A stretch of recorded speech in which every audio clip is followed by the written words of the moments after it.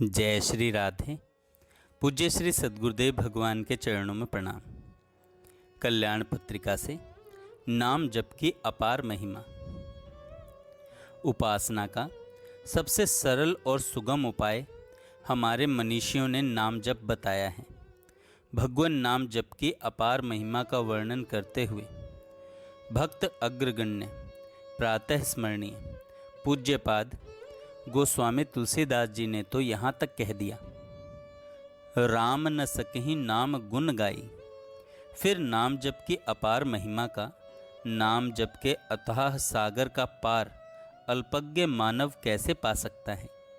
नाम जप की महिमा का वर्णन करते हुए गोस्वामी जी ने अपने अनुभव की जो अभिव्यक्तियाँ श्री रामचरितमानस में की हैं, उसे हृदयंगम करके साधकों को अलौकिक प्रेरणा मिलती है कि नाम प्रभाव जान सिवनी को, कालकूट फल दीन अमी को, कि सुमिरत सुलभ सुखद सब काहू, लोक लाहू परलोक निभाहू।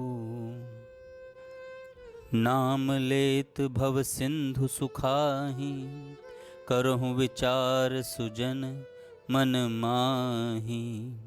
नाम जपत प्रभु कीन्ह प्रसादु, भगत शिरोमणि भय प्रहलादु। सुमिरि पवन सुत पावन नामु, अपने बस कर राखे रामु। नहीं कलि कर्म न भगति विवेकु, राम हरे राम नाम अवलंबने को, राम हरे। कहूँ कहाँ लगी नाम बड़ाई, राम हरे राम न सकहीं नाम गुण गाई, राम हरे। नाम जप के अमित प्रभाव से डाकू रत्नाकर महर्षि वाल्मीकि बन गए। अवढर दानी आशुतोष भगवान शंकर ने नाम जप के प्रभाव से ही हलाहल विष को कंठ में धारण कर लिया और नीलकंठ बनकर संसार को भस्मीभूत होने से बचा लिया। भगवान नाम की ऐसी अपार महिमा को समझकर जो नाम जप का आश्रय लेते हैं, उनका यह लोक और परलोक दोनों आनंद से परिपूर्ण हो जाते हैं। नाम के प्रभाव से असंख्य साधकों को चमत्कारमयी सिद्धियां प्राप्त हुई हैं। साधारण मानव यदि महान विपत्तियों और दुर्निवार संकटों के आने पर भगवान नाम स्मरण का सहारा ले तो निश्चय ही उसको संकटों से मुक्ति मिल जाती है। नाम जप के प्रभाव से ही भक्त शिरोमणि बालक प्रहलाद को धधकती हुई ज्वाला भस्म नहीं कर सकी। बालक ध्रुव को अविचल पदवी प्राप्त हुई। नाम जप के प्रभाव से महावीर हनुमान जी ने राम को अपना ऋणिया बनाकर अपने वश में कर लिया। इस घोर कलिकाल में भी जो बड़भागी भगवान नाम का आश्रय नहीं छोड़ते, उनके सभी शास्त्र अनुमोदित कार्य सफल होते हैं। भगवान नाम के प्रभाव से माता और पिता की भांति सदैव उनकी अलक्षित रूप से सुरक्षा होती रहती है। भौतिकवाद की चकाचौंध में आज का मानव अपने कर्तव्य पथ से विमुख होता जा रहा है। दूषित शिक्षा के विश्वव्यापी प्रभाव से मन और मस्तिष्क पर पतन की कालिमा का बहुत मोटा आवरण पड़ता जा रहा है। आस्तिक भावनाओं का मखौल उड़ाकर आज का शिक्षित नवयुवक अपने को नास्तिक बताकर गौरव का अनुभव करता है। पतन की ओर तीव्र गति से अग्रसर होने वाले मानव समुदाय में आज भगवान के नाम की महिमा का प्रचार होने की सर्वाधिक आवश्यकता है। इस काल में सम्यक प्रकार से न तो निष्काम कर्म की साधना हो सकती है और न भक्ति योग की। केवल राम नाम का अवलंबन ही मानव मात्र को इस महान संकट से मुक्त कर सकता है। त्रिविध ताप संतप्त मानव के लिए इससे अधिक सरल सुगम कोई अन्य उपाय और साधन नहीं है। आज हमारे जीवन में बाहर और भीतर जो गहन अंधकार छाया हुआ है, उसे हटाने के लिए नाम जप के अमित प्रभाव को हृदयंगम करने की आवश्यकता है कि राम नाम मनि दीप धरु, जेह देहरी द्वार, तुलसी भीतर बाहिर हूँ, जो चाहसी उजियार।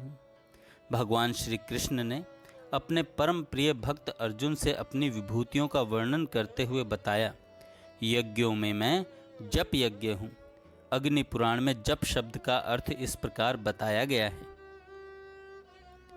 कि जो जन्म मरण और पाप का नाश करने वाला है, उसको जप कहते हैं। जप दो प्रकार से होता है, वाचिक और मानसिक। वाचिक जप में ही प्रकारांतर से उपांशु जप भी आता है।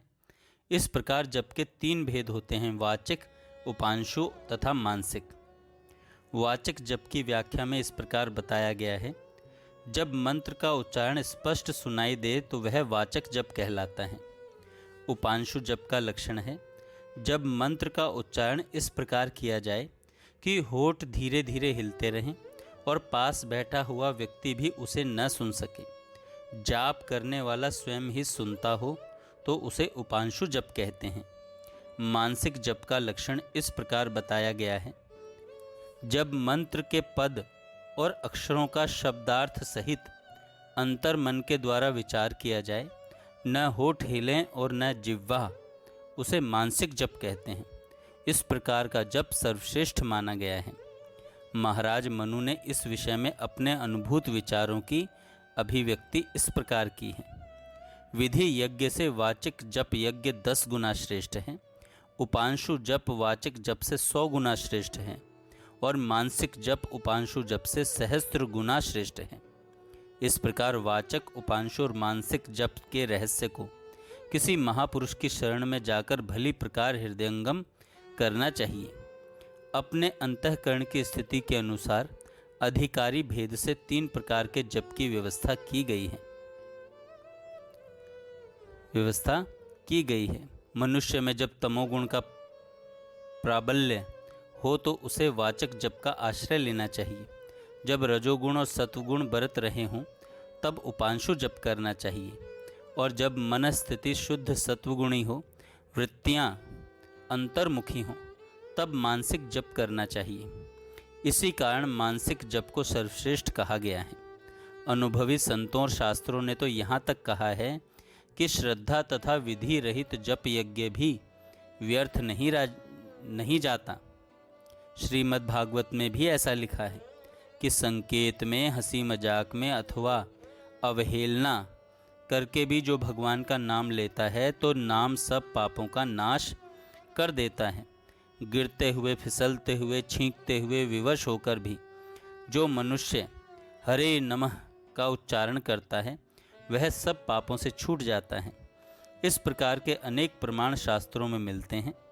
अश्रद्धा से विवश होकर भी किए हुए नाम जप का इतना महत्व है तो श्रद्धा पूर्वक सविधि निरंतर जप की अपरंपार महिमा का वर्णन इस क्षुद्र लेखनी से कैसे हो सकता है। जय श्री राधे।